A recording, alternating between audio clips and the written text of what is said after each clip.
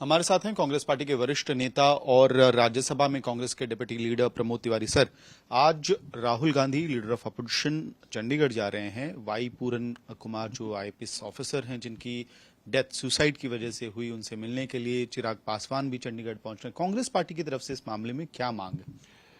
देखिए, हम वही मांग कर रहे हैं जो भारत का कानून सीआरपीसी पुरानी इजाजत देती है कि विक्टिम को एफआईआर लिखाना उसका संवैधानिक अधिकार है।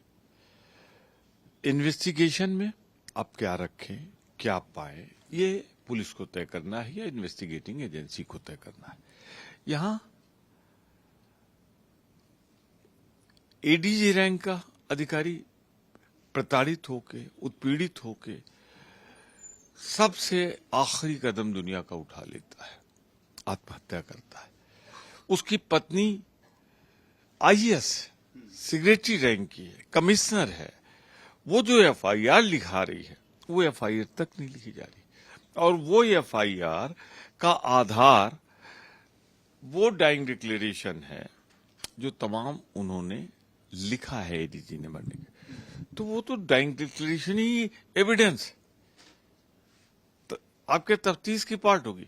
हमें इस बात के लिए हमें अपने नेता पे गर्व है, राहुल गांधी पे। वो जा रहे हैं जहां जहां वो कदम उठाते हैं, चाहे किसानों का हो, तीनों काले कानून, चाहे भूमि अधिग्रहण हो, चाहे कास्ट आधारित सेंसस हो, चाहे जीएसटी हो। अगर ये सरकार झुकती है, मोदी सरकार, भाजपा सरकार, तो राहुल गांधी के जाने पे।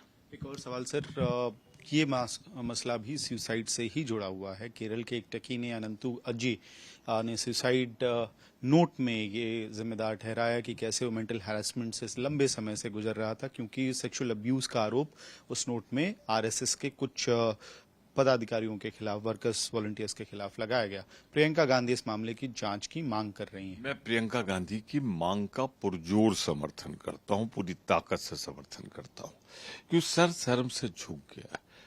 हमारे हृदय में पीड़ा होती है। एक स्वयंसेवक जो बाल्यकाल से कितना शिक्षित, टेक्नोक्रेट, उच्च शिक्षा, उसका इतना शारीरिक उत्पीड़न होता है। मैं तो कहूंगा सेक्सुअल अब्यूज की भी कोई सीमा होती है। जिस तरह सोडोमाइज किया गया, बार बार आपराधिक कृत्य किया गया, वो तो सीधे सीधे दंडनीय अपराध है। कोई मानसिक प्रताड़ना नहीं है, शारीरिक प्रताड़ना जो है उसमें तो कोई कंसेंट रिक्वायर्ड भी नहीं है, कंसेंट का कोई मतलब भी नहीं है। अगर हुआ है तो वो अपराध है, और उन लोगों के खिलाफ कार्रवाई ना हो। और भारतीय जनता पार्टी के प्रवक्ता कहें कि साहब ये तो आदत है कांग्रेस की कि वो आलोचना करती है आरएसएस की। हम आपकी नीतियों की नहीं आलोचना कर रहे हैं, हम आपके कार्यक्रमों की आलोचना नहीं कर रहे हैं। हम तो एक आपराधिक कृत्य पे उसकी आलोचना कर रहे हैं। आपको हमारा साथ देना चाहिए। और ये गलतफहमी निकाल दो कि इंदिरा गांधी इसलिए हार गई थी कि उन्होंने आरएसएस की आलोचना की थी, और जब की थी सरदार पटेल ने, प्रबल बहुमत से कांग्रेस आई थी, इंदिरा गांधी लौट के आई थी। सर, बिहार में एक तरफ एनडीए ने सीट शेयरिंग फॉर्मूला अनाउंस कर दिया है। वो चुनाव की अगली पड़ाव में, रणनीति के अगली पड़ाव में आ गए हैं, लेकिन इंडिया गठबंधन में शेरो शायरी का दौर चल रहा है। सीट किसको कितने मिल रहे हैं ये पता नहीं है, और नेता एक दूसरे को ट्विटर पे, एक्स पे शेर लिख रहे हैं। शायद सबको पता है किसको कहां से लड़ना है, पता है।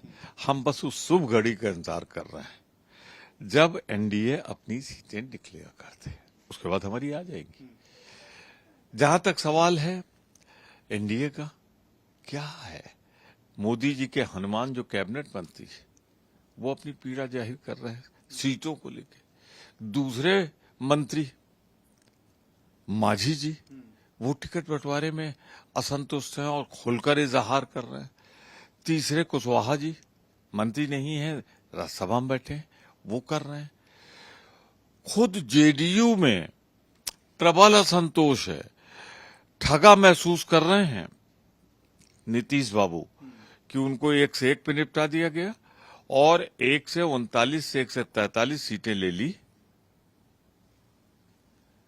भाजपा ने, क्योंकि ये 29 सीट जो है ना, जो दी है पासवान की, देखिए कौन कौन लड़ता है भाजपा का। और एक लड़ाई हो गई, कल तक बड़े भाई थे नीतीश बाबू, अब तो छोटे के छोटे भाई बन गए हैं। एक तरफ 139 से 42 सीटें और दूसरी तरफ 101। लेकिन सर यही सवाल फिर आपसे भी पूछा जाएगा कि आपके लिए जो बिहार में बिग ब्रदर रोल में है आरजेडी, उनके नेता तेजस्वी यादव दिल्ली आते हैं और राहुल गांधी से मुलाकात नहीं होती है, कई सवाल उठाए जा रहे हैं इस तरह के पिक्चर को लेकर, और साथ ही जब वो पटना वापस पहुंचे तो कहा जा रहा है कि जिन लोगों को सिंबल लालू प्रसाद यादव ने, जो आरजेडी के मुखिया हैं, उन्होंने बांट दिया था, वो सिंबल्स वापस लेने पड़े। इन सब बातों पे मैं नहीं जाता। मैं कह रहा हूं कि जब चले थे तेजस्वी जी तो उन्होंने कहा था और सबने देखा कि वो कोर्ट में अपीयर होने के लिए आए हैं, कोई राजनीतिक चर्चा नहीं थी। मैं पूरी जिम्मेदारी के साथ अस्वस्थ होके हर्ष मौत से कह रहा हूं कि कोई न योजना थी मिलने की, न कोई कार्यक्रम था जो रद्द हुआ है। सीटों का बंटवारा हमारा फाइनल हो चुका है, पूरा संतोषपूर्वक हो चुका है, सारे घटकों के साथ हो चुका है। हम बस उस शुभ घड़ी का इंतजार कर रहे हैं। कांग्रेस आरजेडी के मनमुटाव की बात आ रही है। कहीं दूर दराज तक मनमुटाव तो छोड़ दीजिए, बहुत ही हमारे सौहार्दपूर्ण संबंध है। शेरो शायरी क्यों हो रही है? शेरो शायरी तभी होती है जब आदमी रिलैक्स होता है। वहां तो जो शेरो शायरी यहाँ हो रही है और वहां तो महातांडव हो रहा है। ठीक है, हमसे बात करने के लिए बहुत बहुत धन्यवाद। वीडियो सहयोगी रोहित मिश्रा के साथ मैं अमित भारद्वाज, दिल्ली आज तक।